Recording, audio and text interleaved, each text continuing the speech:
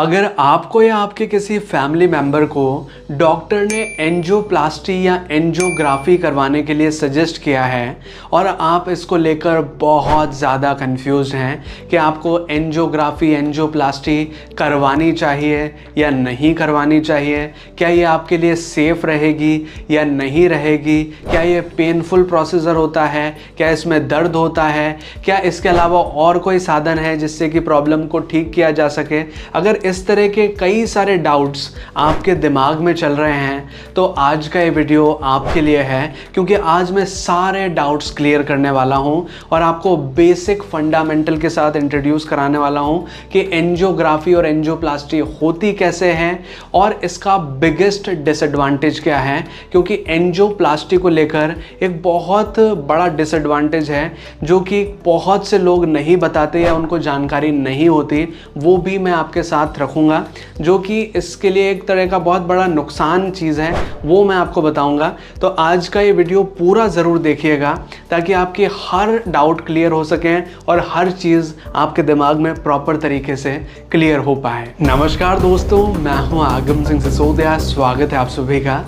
देखिए, इससे पहले कि हम आगे बढ़ें और ये जानें कि आपको एंजियोग्राफी या एंजियोप्लास्टी करवानी चाहिए या नहीं करवानी चाहिए, इससे पहले मैं आपके कुछ फंडामेंटल्स क्लियर करना चाहूँगा। सबसे पहले तो ये जानते हैं कि डॉक्टर हमें एंजियोग्राफी या एंजियोप्लास्टी क्यों सजेस्ट करते हैं। वो तब सजेस्ट करते हैं जब उन्हें ये शक हो कि आपके हार्ट की किसी नस में ब्लॉकेज हो सकता है और उस ब्लॉकेज की वजह से आपको हार्ट अटैक आ सकता है।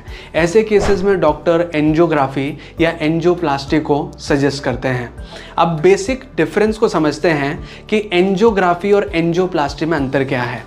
एंजियोग्राफी एक तरह की डायग्नोस्टिक टेक्निक है, एक ऐसी तकनीक है जिससे कि यह पता लगाया जाता है कि आपकी हार्ट की किस नस में कहाँ पर ब्लॉकेज है और कितना ब्लॉकेज है, ताकि आपको अपनी कंडीशन का पता लग सके कि कितना परसेंट ब्लॉकेज है, क्या 50% ब्लॉकेज है, क्या 60% ब्लॉकेज है और किस लोकेशन पे है। तो कुल मिलाकर एंजियोग्राफी क्या हुई, एक तरह की डायग्नोस्टिक टेक्निक जिससे पता लगाया जाएगा कि कहाँ पर ब्लॉकेज है। दूसरी तरफ देखा जाए तो एंजियोप्लास्टी एक तरह की ट्रीटमेंट प्रोसीजर है जिससे कि ब्लॉकेज को खोला जाता है। अगर आपको एंजियोग्राफी के थ्रू पता लग जाता है कि कहाँ पर ब्लॉकेज है, आपकी कौन सी नस में ब्लॉकेज है, तो एंजियोप्लास्टी की मदद से उस ब्लॉकेज को खोला जाता है ताकि हार्ट अटैक के रिस्क को हटाया जा सके। अब मैं आपको बेसिक प्रोसीजर के साथ इंट्रोड्यूस करना चाहूँगा कि एंजियोग्राफी और एंजियोप्लास्टी कैसे की जाती है, ताकि आपको बेसिक फंडामेंटल क्लियर हो सके। सबसे पहले शुरुआत करते हैं एंजियोग्राफी के साथ। एंजियोग्राफी एक ऐसा प्रोसीजर है, जैसे मैंने आपको बताया, डायग्नोस्टिक प्रोसीजर है जिससे कि पता लगता है कि कहाँ पर ब्लॉकेज है। इसको प्रोसीजर को करने के लिए या तो आपके हाथ में या फिर आपकी पैर की एक नस में कट लगाया जाता है। ऐसी नस को सेलेक्ट किया जाता है जो कि सीधे आपके दिल तक जाती हो, डायरेक्ट आपके हार्ट तक जाती हो। उस नस में कट लगाने के बाद उस नस के अंदर एक बारीक सा कैथेटर डाला जाता है, जिसे एक बारीक सी ट्यूब हम बोल सकते हैं, और उस कैथेटर के आगे एक एक्सरे कैमरा लगा होता है और उस कैथेटर के थ्रू ही एक कॉन्ट्रास्ट डाई आपकी नस के अंदर इंजेक्ट की जाती है और धीरे धीरे उस कैथेटर को आपकी नस के थ्रू आगे बढ़ाया जाता है और धीरे धीरे उसे हार्ट तक पहुंचाया जाता है।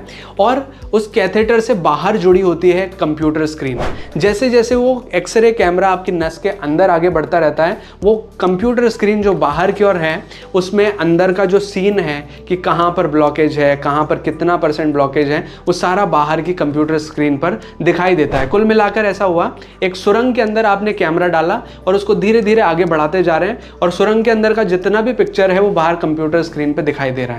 अब सुरंग जहां पर जाके बंद हो रही है वो आपको कंप्यूटर स्क्रीन पे दिख जाएगा बाहर की ओर, और उसे आप देख लेंगे और उस लोकेशन को मार्क कर लेंगे कि यहाँ पर ब्लॉकेज है। तो कुल मिला के एंजियोग्राफी क्या है, एक तरह का पता करने का प्रोसीजर कि कहाँ पर ब्लॉकेज है, जिससे में एक कैथेटर और एक एक्सरे कैमरा और एक कॉन्ट्रास्ट डाई का इस्तेमाल किया जाता है। अगर आपकी बॉडी में ब्लॉकेज आता है, डॉक्टर को दिखता है कि भाई ब्लॉकेज ज़्यादा है, तो ऐसी कंडीशन में वो आपको सजेस्ट करते हैं कि आप एंजियोप्लास्टी करवा लीजिए। अब एंजियोप्लास्टी, जैसे मैंने आपको बताया, एक ट्रीटमेंट प्रोसीजर है जिसमें क्या किया जाता है कि आपका जो ब्लॉकेज है, जहाँ पर ब्लॉकेज आ रहा है उसको खोलने का काम किया जाता है और एक छल्ला डाला जाता है जिसे एक्चुअल में स्टेंट बोला जाता है, ताकि वो ब्लॉकेज दोबारा उस एरिया में ना हो और ब्लड आपका इजीली फ्लो कर सके।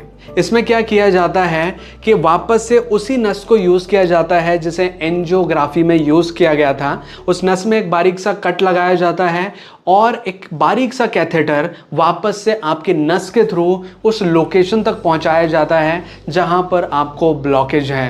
लेकिन इस बार कैथेटर अकेला नहीं होता, कैथेटर के ऊपर एक बलून लगा दिया जाता है, एक गुब्बारा लगा दिया जाता है जो कि बिना फूली हुई अवस्था में होता है। लेकिन जैसे ही वो गुब्बारा कैथेटर के थ्रू उस लोकेशन पे पहुंचता है जहां पर ब्लॉकेज है, तो उस गुब्बारे को फुलाया जाता है, फिर उसकी हवा निकाली जाती है, फिर उसे फुलाया जाता है, ताकि जो प्लाक वहां पर डिपॉजिट हो गया है, जो ब्लॉकेज आ रहा है, उसका जो कचरा है उसे साइड में कर दिया जा सके। जब कचरा साइड में हो जाता है तो बलून और कैथेटर को बाहर निकाल लिया जाता है और एक बार वापस से बलून और कैथेटर के ऊपर स्टेंट लगाकर, छल्ला लगा करके वापस से उसे कैथेटर को अंदर भेजा जाता है उस लोकेशन तक जहां पर ब्लॉकेज है, और वापस से बलून को फुलाया जाता है। और इस बार बलून के ऊपर जो स्टेंट लगा हुआ है, जो छल्ला लगा हुआ है, उसका साइज बलून के साइज के साथ बढ़ने लगता है और बलून का साइज जब बढ़ता है तो जो स्टेंट है वो वहां पर फिक्स हो जाता है उस लोकेशन पर जहां पर ब्लॉकेज था। और फिर जब बलून से स्टेंट फिक्स हो गया तो बलून को वापस से उसकी हवा निकाल ली जाती है और बलून और कैथेटर आपकी बॉडी से बाहर निकाल लिए जाते हैं। इस प्रकार से एंजियोप्लास्टी का प्रोसीजर किया जाता है जिससे कि जो ब्लॉकेज है वो ओपन हो जाता है और हार्ट अटैक के रिस्क से आप बच जाते हैं। तो अब ये तो बात हो गई कि एंजियोग्राफी और एंजियोप्लास्टी का प्रोसीजर क्या होता है और इनका बेसिक फंडामेंटल क्या होता है। लेकिन अब उन डाउट्स को क्लियर करते हैं जो कि एंजियोग्राफी और एंजियोप्लास्टी के बारे में आते हैं। देखिए, अगर आपकी एज थोड़ी ज़्यादा है, आप थोड़े मोटे हैं, चलने फिरने में आपकी सांस बहुत जल्दी भर जाती है, चेस्ट में बहुत ज़्यादा दर्द बन जाता है, कई बार बहुत अचानक से दर्द आने लगता है, तो ऐसे कंडीशन में आपके बॉडी में ब्लॉकेज होने के बहुत ज़्यादा चांसेस हैं। तो ऐसी कंडीशन में आपको एंजियोग्राफी तो ज़रूर करवानी चाहिए क्योंकि ये सेफ़ प्रोसीजर है, बिल्कुल सेफ़ है। इससे ये आपको पता लग जाएगा कि आपकी बॉडी में कितना ब्लॉकेज है, कहाँ पर ब्लॉकेज है। अगर आपका ब्लॉकेज 50% से ज़्यादा आता है तो आपको एंजियोप्लास्टी डॉक्टर सजेस्ट करते हैं और वो आपको करवानी भी चाहिए क्योंकि उससे ब्लॉकेज ओपन हो जाएगा और हार्ट अटैक का रिस्क आपका बच जाएगा। अब बात करें कि एंजियोग्राफी जो हम करवाते हैं या एंजियोप्लास्टी करवाते हैं, क्या इसमें दर्द होता है? बहुत माइन्यूट सा दर्द होता है, एक छोटा सा कट लगाते हैं, वो भी बहुत जल्दी भर जाता है। बाकी इसमें कोई भी, ये पेनलेस प्रोसीजर है एक तरह से कहा जाए, इसमें कोई दर्द नहीं होता। उल्टा ये जब प्रोसीजर कर लिया जाता है तो उसके 6-8 घंटे बाद आप इजीली वॉक कर सकते हैं, इजीली चल फिर सकते हैं, कोई दिक्कत की बात नहीं होती। कई लोग बोलते हैं कि स्टेंट डलने के बाद, छल्ला डलने के बाद आपकी लाइफ वो नहीं रह जाती जो पहले हुआ करती थी, लेकिन ऐसा भी नहीं है। अगर स्टेंट डल जाता है, आपका प्रोसीजर प्रॉपरली सही होता है, तो फिर आप नॉर्मल लाइफ भी जी सकते हैं, कोई इसमें परेशानी वाली बात नहीं है। लेकिन अब मैं आपको जानकारी देना चाहूँगा उस सबसे बड़े डिसएडवांटेज के बारे में, उस सबसे बड़े नुकसान के बारे में जो कि एंजियोप्लास्टी के दौरान देखा जाता है, जिसके बारे में बहुत कम लोग बात करते हैं और कम लोगों को ही जानकारी इसकी हो पाती है। ये डिसएडवांटेज है जिसे कहा जाता है मेडिकल भाषा में रेस्टिनोसिस। ये एक ऐसी टर्म है जिसे यूज़ किया जाता है कि जब किसी व्यक्ति को एंजियोप्लास्टी की गई है, किसी व्यक्ति ने एंजियोप्लास्टी करवाई है और एंजियोप्लास्टी के 6 महीने के अंदर ही उसकी जो आर्टरी है जहाँ पर वो छल्ला डाला गया था वो वापस से सिकुड़ने लगती है, वापस से पतली होने लगती है, वापस से वहाँ पर टिश्यू ग्रोथ होने लगती है और जो खून का रास्ता है वो अवरुद्ध हो जाता है। और ऐसी कंडीशन में उस व्यक्ति को वापस से चेस्ट पेन होने लगता है, चलने फिरने में सांस भरने लगती है, वापस से वही कंडीशन डेवलप हो जाती है जो कि एंजियोप्लास्टी के पहले थी। यानी कि जो ब्लॉकेज की कंडीशन पहले थी वही ब्लॉकेज की कंडीशन दोबारा होने लगती है। ऐसा इस वजह से होता है क्योंकि जहाँ पर छल्ला डाला गया था, जहाँ पर स्टेंट डाला गया था, जाएगा, वहाँ पर टिश्यू ग्रोथ होना शुरू हो जाती है और दोबारा से प्लाक वहाँ पर डिपॉजिट होता जाता है, यानी कि जो कचरा है वापस से वहाँ धीरे धीरे करके डिपॉजिट होने लगता है। और ऐसी कंडीशन में दोबारा से एंजियोप्लास्टी करने की आवश्यकता पड़ सकती है या फिर बाईपास सर्जरी की भी आवश्यकता पड़नी पड़ सकती है। तो ऐसे कंडीशन में जब भी आप एंजियोप्लास्टी के लिए जा रहे हैं तो डॉक्टर से ये ज़रूर कंफर्म कर लें कि रेस्टेनोसिस के कितने चांसेस हैं। वैसे आजकल मॉडर्न साइंस काफ़ी डेवलप हो गई है। जो स्टेंट्स, जो छल्ले यूज़ किए जा रहे हैं वो मेडिसिन कोटेड होते हैं, जिससे कि टिश्यू ग्रोथ नहीं हो पाती और दोबारा से जो आपकी आर्टरी है वो नैरो नहीं होती। वो लाइफ टाइम काफ़ी लंबे टाइम तक चल जाता है वो स्टेंट और आपको कोई प्रॉब्लम नहीं होती। आजकल की मॉडर्न साइंस काफ़ी विकसित एक्चुअल में हो चुकी है, लेकिन पहले के कई बार केसेस में ऐसा देखा गया है कि रेस्टेनोसिस के केसेस काफ़ी सामने आए हैं। और रेस्टेनोसिस का कितना परसेंटेज है, यानी कि कितने परसेंटेज चांस है कि दोबारा से आपकी आर्टरी नैरो हो जाएगी, इसका आपको ज़रूर कंफर्मेशन लेना चाहिए डॉक्टर से। उसके बाद आप इस प्रोसीजर के लिए जा सकते हैं। लेकिन अगर ब्लॉकेज ज़्यादा है तो एंजियोग्राफी, एंजियोप्लास्टी आपको ज़रूर करवानी चाहिए। एक सेफ एंड सिक्योर प्रोसीजर है, इससे आपकी लाइफ सेव होगी। ये कोई ख़राब प्रोसीजर नहीं है, बस रेस्टेनोसिस का जो परसेंटेज है उसे ज़रूर ध्यान में रखें। और जो गोली दवाइयाँ एंजियोप्लास्टी के बाद डॉक्टर प्रिस्क्राइब करते हैं उन्हें ज़रूर लें, ताकि आपका जो ये स्टेंट है वो पूरी तरह मेंटेन रहे और आप एक नॉर्मल लाइफ जी सकें। इसी के साथ आपके दिमाग में ये सवाल ज़रूर आ रहा होगा कि एंजियोप्लास्टी ज़रूरी है क्या? क्या दवाइयों से ट्रीटमेंट नहीं हो सकता? देखिए, दवाइयों से ट्रीटमेंट हो सकता है, लेकिन तब जब आपका ब्लॉकेज 50% से कम हो।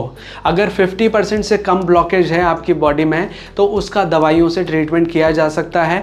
और अगर 50% से ज़्यादा है या 50% भी है तो ऐसे केसेस में एंजियोप्लास्टी ही एक अच्छा ऑप्शन है, तो उसे आपको ज़रूर करवाना चाहिए। तो ये है कुछ इंपॉर्टेंट जानकारी एंजियोग्राफी और एंजियोप्लास्टी के बारे में।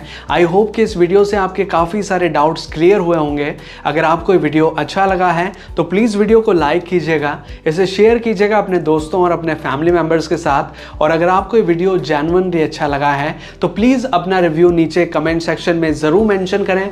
हमें कमेंट करके बताएं कि आपको ये वीडियो कैसा लगा है। और अगर आपने चैनल अभी तक सब्सक्राइब नहीं किया है तो प्लीज़ चैनल को सब्सक्राइब कीजिए, बेल आइकन को दबाकर ऑल पर प्रेस कीजिए, ताकि इसी तरह के वीडियो नोटिफिकेशंस आपको आगे भी मिलते रहें।